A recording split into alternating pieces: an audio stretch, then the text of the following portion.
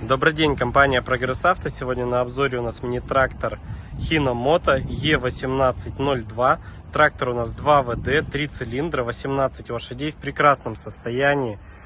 Очень хорошо сохранился, маленькая наработочка. 863 моточаса у него.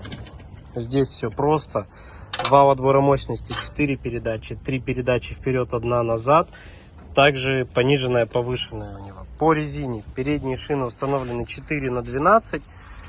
Передние шины имеют боковые растрескивания, в нормальном таком остатке. Задние шины очень хорошие, в большом остатке, без растрескиваний. Размер 8,3 на 22. Задняя навеска у нас трехточечная. Фреза шириной 1,40 м. Фреза имеет опорные колесики у нас.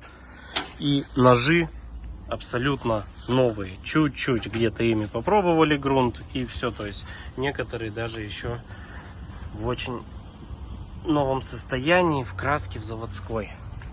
Вот такая Hino Moto. Простенькая, надежная, 18-сильная. Подкапотное состояние тоже все очень красиво, очень хорошо. По размерам. Ширина трактора у нас 100 по передним колесам, по задним 112. Колея по переду у него 90, по заду 85, клиренс 33. Длина у него получается 2,30 и высота 135. Фреза 1,40 м. Также все наши трактора, которые у нас в пути, которые в наличии на наших филиалах, можете пройти на наш сайт www.progressauto.com. Компания Прогресс Авто.